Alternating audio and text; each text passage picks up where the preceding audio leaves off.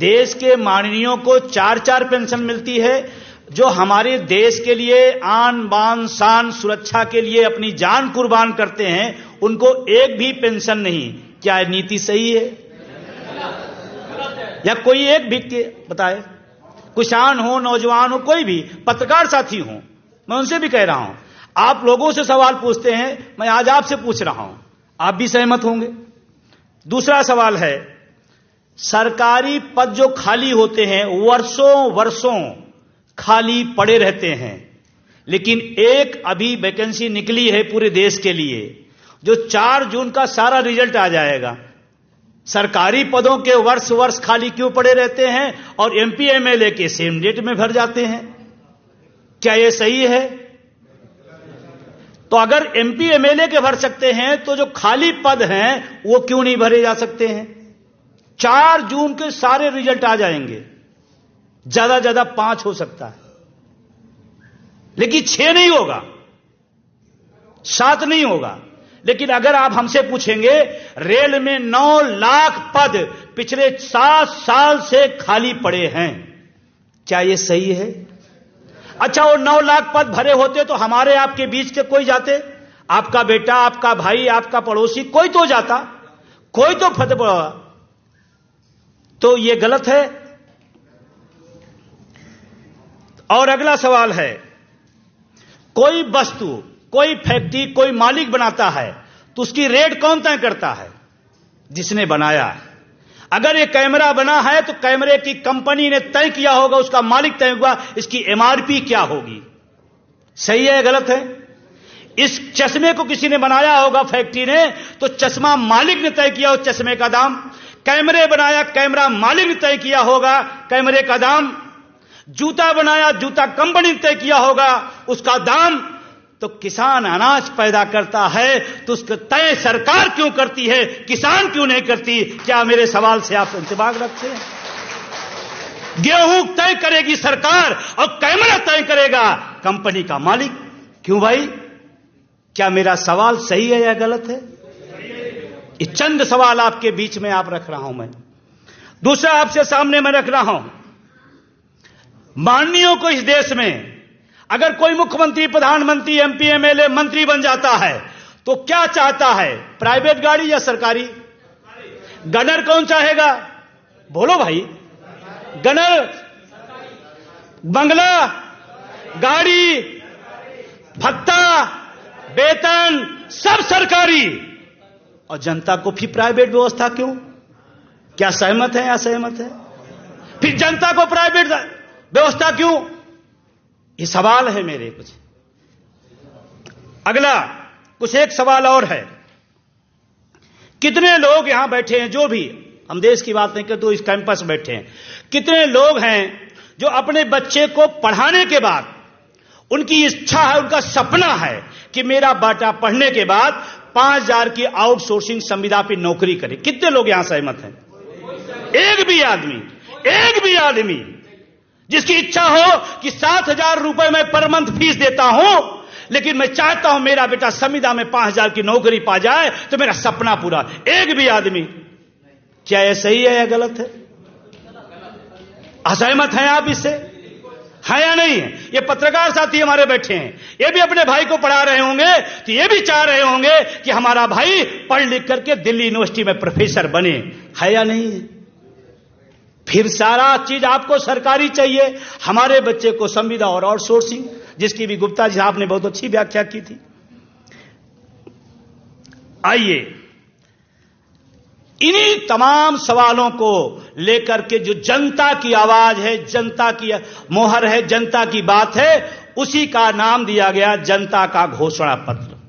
ये सवाल जनता के हैं और जनता के सवाल आज आपके बीच में हैं। ये बहुत कम सवाल हैं, यहां हमारे पास सैकड़ों सवाल हैं जिनको हम आपके सामने रख सकते हैं, लेकिन मैं इसी सवालों को लेकर आगे चलता हूं कि क्यों जरूरत पड़ी इस जनता के घोषणा पत्र की। ये चुनाव आ गया है, हम पूछ रहे हैं भाई शिक्षा का बजट कम क्यों हो रहा है? आप कहते हो अयोध्या में बहुत कुछ बन रहा है। ये सवाल हमारा नहीं है, ये सवाल इस देश के, इस मुल्क के जो लोग शिक्षा से पसंद करते हैं उनका है। वो कह रहे हैं कि इस देश में सरकारी पद खाली पड़े हैं, आप क्यों नहीं भर रहे हैं? तो वो कहते हैं नहीं नहीं, आपने देखा नहीं, गगनचुंबी हमने एक इमारत दिल्ली के अंदर बनाई है। हम सवाल कुछ पूछ रहे हैं, जवाब कुछ दिया जा रहा है। इसीलिए जनता की घोषणा पत्र की जरूरत पड़ी, इसीलिए इसकी जरूरत पड़ी। और इसी बात को लेकर के आज तो इसकी शुरुआत है, अब ये तो जाएगा। हम सब ने तमाम बार देखा होगा, कांग्रेस का घोषणा पत्र, भाजपा का घोषणा पत्र, सपा का घोषणा पत्र, बसपा का पता नहीं क्या, और तमाम पार्टियों घोषणा पत्र। पहली बार भारतीय राजनीति के इतिहास में ये बहुत छोटा कदम है लेकिन महत्वपूर्ण है। पहली बार इस देश में जनता का घोषणा पत्र आपके बीच में आ रहा है, ये बहुत बड़ी बात। इसकी जरूरत आप महसूस करते हैं तो आप हमारी बात से सहमत होंगे। अगर आपको लगता है नहीं, चुनाव के दौर में मुद्दे कुछ होते हैं और घुमा कुछ दिए जाते हैं, अभी पूछा जा रहा है, अभी कहा जा रहा है, और मजे की बात इसमें एक पार्टी शामिल नहीं होती है। मैं बहुत बेबाकी से कह रहा हूं, क्योंकि पार्टियां सब चाहती कि मुद्दे की बात ना हो। क्यों? क्योंकि मुद्दे की बात होगी तो आज वो फंसेंगे, कल वो फंसेंगे।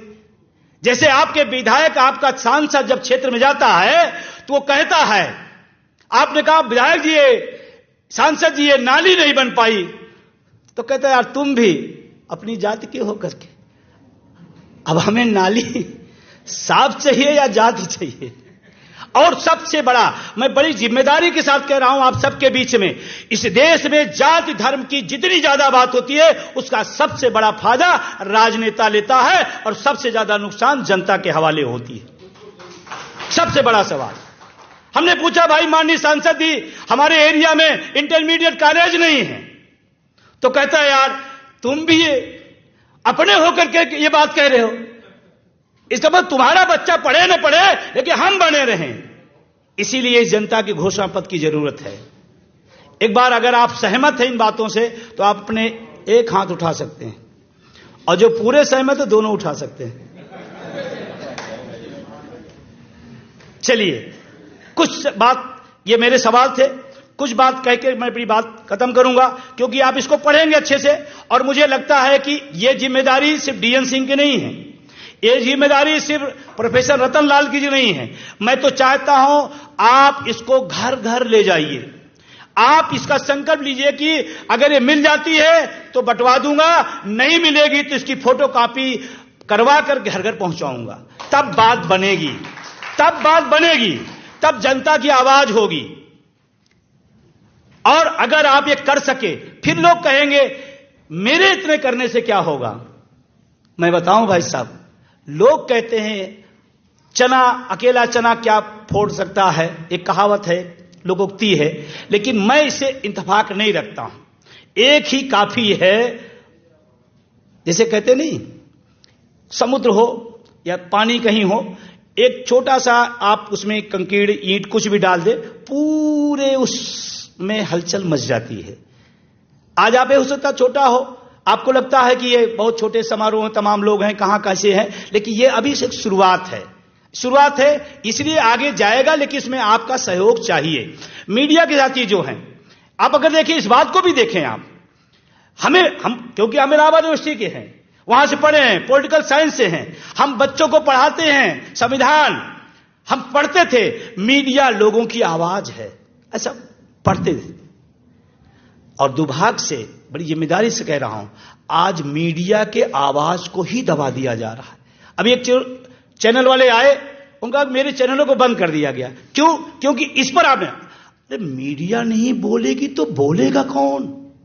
कौन उठाएगी बात, कौन रखेगा बात? वो बात ये हो या बात वो हो, लेकिन उसको आजादी है इस लोकतंत्र में कि वो बात उठाए, और आप उसको बंद कर दे रहे हैं। और आपको बताते हुए खुशी हो रही है कि 1 अक्टूबर की एक रैली हुई थी, वो भीड़ इसी की है। ये भीड़ आप देख रहे हैं, 1 अक्टूबर को रामलीला मैदान में डीएन साहब जैसे कहा कि रामलीला जब से बना होगा उसका जो इतिहास भूगोल होगा आप जानिएगा, लेकिन मैं आपसे कहना चाहता हूं पूरी जिम्मेदारी के साथ कि रामलीला जब से बना है तब की सबसे विशालतम रैली 1 अक्टूबर की रामलीला मैदान में किया गया।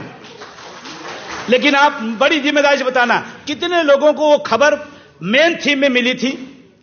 मेन थीम की मीडिया में आया था? नहीं आया, नहीं आया। आया क्यों नहीं? क्योंकि ये भी एक प्राइवेटेशन का खेल है। हर चीज हाथ में कब्जे में कर लो, ये भी उसी का खेल है। तो बहुत सारी बातें हैं, लेकिन कुछ चंद बातें और रह गई हैं जिसको मैं आपसे कहना चाहता हूं। जैसे जिस बात के लिए मैं जाना जाता हूं, जिसके लिए मैं पूरे देश में दौड़ता हूं, भागता हूं, आपके बीच में आया हूं, नई पेंशन व्यवस्था और पुरानी पेंशन व्यवस्था। नई पेंशन व्यवस्था 2004 में अटल बिहारी वाजपेयी जी ने एक सौगात दिया हम लोगों को, और जिसकी 30 साल तक हम लोग झेल रहे हैं। और मजे की बात है, जिन्होंने पुरानी पेंशन बंद किया, माननीय भारत रत्न अटल बिहारी वाजपेयी साहब, वो पूरी जिंदगी पेंशन पे ही पले। और लखनऊ के सांसद थे, ये वाकया मुझे याद है, वो लखनऊ के सांसद थे, उस समय मामला बंद हुआ था। तो वहां जब गए तो कर्मचारी नेताओं ने उनसे पूछा, बहुत मजेदार चीज है, समझिएगा। उन्होंने पूछा कि सर आपने नई पेंशन व्यवस्था ला दी, पुरानी बंद कर दिया। तो अटल जी का सवाल पूछने वाले से सवाल था, क्या आप देश पसंद करते हैं या और कुछ? तो जब देश पसंद है तो कहा देश हित में फैसला हुआ है नई पेंशन व्यवस्था।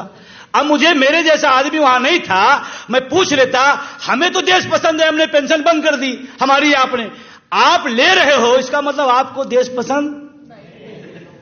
ये तो लोग चुप कर गए और ये तर्क दिया गया देश हित में किया गया। और आज भी उन्हीं के चेले हैं, वो भी एक ही लाइन बोलते हैं, शिक्षा का बजट कम क्यों कर दिया गया? देश हित में। रोजगार नहीं बढ़ा जाएगा, किसके लिए? देश हित के लिए। हर चीज किसके लाभ में?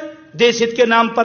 तो ये एनपीएस व्यवस्था पूरी तरह से एक लाइन में कॉर्पोरेट जगत का खेल है, कंपनियों को प्रॉफिट देने का एक तरीका है। सरकारी पैसा कैसे प्राइवेट सेक्टर के लोगों को मिलेगा, ये उनके लिए योजना है। हम इसको पेंशन नहीं कहते। कई टीवी डिबेट में हमसे पूछा गया नई पेंशन व्यवस्था को आप क्यों नहीं पसंद? हमने कहा वो पेंशन व्यवस्था है ही नहीं है, और जो पेंशन व्यवस्था है ही नहीं है तो हम उसको कैसे स्वीकार कर लें? पुरानी पेंशन व्यवस्था क्या थी? मैं आपको बड़ी जिम्मेदारी के साथ कहना चाहता हूं, तमाम लोग यहां बैठे होंगे पेंशन ही पाते होंगे। पुरानी पेंशन का जो हैसियत थी, एक कर्मचारी जब रिटायर होता था उसको जीपीएफ मिलता था। जीपीएफ मिलता था तो उसकी बेटी का जब ब्याह होना होता था तो लोग घर में बैठकर डिस्कस करते थे, इतना बड़ा बजट आ गया, कहां से होगा? तो वो जो सरकारी कर्मचारी रिटायर होता है, उसका जीपीएफ का जब फंड होता है, वो कहता है बेटी तुम चिंता न करो, ये मेरा जीपीएफ किस दिन काम आएगा। अपने बच्चे को सम्मान से शादी करके हाथ पीले करके विदा करता था। ये उसका सम्मान था, उसका सम्मान था, जिसको छीना गया है। ये है पेंशन व्यवस्था। एक हमारा अर्धसैनिक बल जब वहां बॉर्डर पर खड़ा होता है और देश के लिए लड़ाई लड़ता है, और जब उस पर गोली चलती है, तो जब पुरानी पेंशन व्यवस्था थी तो उसको इस बात की चिंता नहीं होती थी कि मेरा बच्चा, मेरा मां, मेरे बाप किस तरह से जीवन यापन करेंगे। उसको पता था ओपीएस जैसी एक सामाजिक सुरक्षा है जिससे हम अपने परिवार का भरण पोषण कर सकते हैं। वो फख्र से लड़ा करता था। ये है हमारी पुरानी पेंशन की व्यवस्था, जिसके साथ बहुत बड़ी चीटिंग हुई। और आपको लगता है सरकारी कर्मचारी की बात हो रही है, मैं कहता हूं पुरानी पेंशन व्यवस्था सबके लिए है। कैसे हो सकता है आप सरकारी जॉब में ना हो, आप अपने बेटे को चाहते हैं, तो आपकी लड़ाई नहीं है क्या है? और कभी कभी ये सोचते हैं कि मेरी लड़ाई नहीं है। और आज यहां आने का एक मकसद जो सबसे बड़ा था, वर्तमान सरकार बड़े होश और हवास में मैं कह रहा हूं, पूरी तरह तानाशाह है, पूरी तरह से शिक्षक कर्मचारी जनवादी विरोधी है। और इसीलिए इसकी जरूरत पड़ी कि हम सब अलग अलग लड़ने के बजाय एक साथ एक मुट्ठी बंद करके अगर लड़ेंगे तो शायद हम सब ज्यादा जल्दी कामयाबी की तरफ बढ़ेंगे। और इसका एक बड़ा मकसद यह भी रहा कि सारे लोग, अब किसान जैसे, किसान हमसे पूछता है, ये तमाम सवाल करते हैं, भाई पुरानी पेंशन से किसान का क्या ताल्लुकात? मेरे पिता किसान है, मेरे पिता किसान है। बेटा दुखी है तो बाप नहीं दुखी होगा क्या? बाबूजी बताइए, अगर बेटा दुखी तो बाप नहीं दुखी होगा क्या? तो किसान का मामला हुआ नहीं हुआ? अगर निजीकरण का सवाल विजय बंधु उठाते हैं तो आपका बच्चा जो रोजगार का फॉर्म भर रहा है उसके रोजगार की बात कर रहा हूं नहीं कर रहा हूं? तो सवाल आपका भी एक नहीं है। तो यह सवाल इसलिए भी महत्वपूर्ण है। और जो निजीकरण का भूत चढ़ा है, मैं तो कहता हूं अगर निजीकरण का दौर चलता रहा तो हम लोग आजाद भारत में गुलाम नागरिक के तौर पर खड़े हो जाएंगे। गुलाम नागरिक के तौर पे खड़े हो जाएंगे। ये आने वाले टाइम में रहा। अब आपसे लास्ट बात, बहुत लंबा है लेकिन बहुत शार्ट में करना, अभी तमाम विद्वान साथी हमारे बीच में है।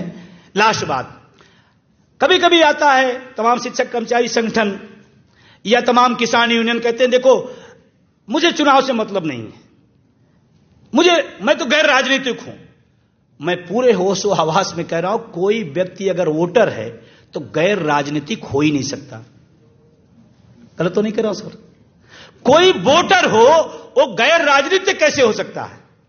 वोटर है इसका मतलब वोट देगा किसी न किसी राजनीतिक दल को देगा, वोट के सिस्टम में आएगा, तो गैर राजनीतिक कैसे? जैसे अभी किसान संगठन से एक बड़े नेता से सुना कि चुनाव से मेरा लेना देना नहीं, मैं तो जो जैसी, जब दुनिया की सारी चीज, देश की सारी चीज राजनीति तय करती है और हमें मौका आया उस राजनीति को बदलने का और हम कह दे नहीं मतलब है, जिसका मतलब हम उन्हीं के साथ खड़े हैं, हम उन्हीं के साथ खड़े हैं, हम गैर राजनीतिक हो ही नहीं सकते। ये मेरा अपना व्यक्तिगत मत है, हो सकता है आप असहमत भी सहमत हो, लोकतंत्र का मतलब होता है, लेकिन मेरा अपना। लास्ट बात कहते हुए मीडिया के साथियों का बहुत बहुत शुक्रिया, बहुत बहुत धन्यवाद, और मैं चाहता हूं कि बात आप लोगों तक पहुंचाएं। जो लोग आए उनका भी शुक्रिया, जो हमारे अतिथि और वक्तागण आए उनका भी शुक्रिया। एक लास्ट बात कहते हुए डीएन सिंह साहब का, उनकी पूरी टीम का स्पेशल धन्यवाद कि जनता का घोषणापत्र इस हिंदुस्तान की राजनीतिक इतिहास में पहली बार आया है और ये कारवां आगे बढ़ेगा, ये दूर तक जाएगा। बात निकली है तो दूर तक जाएगी।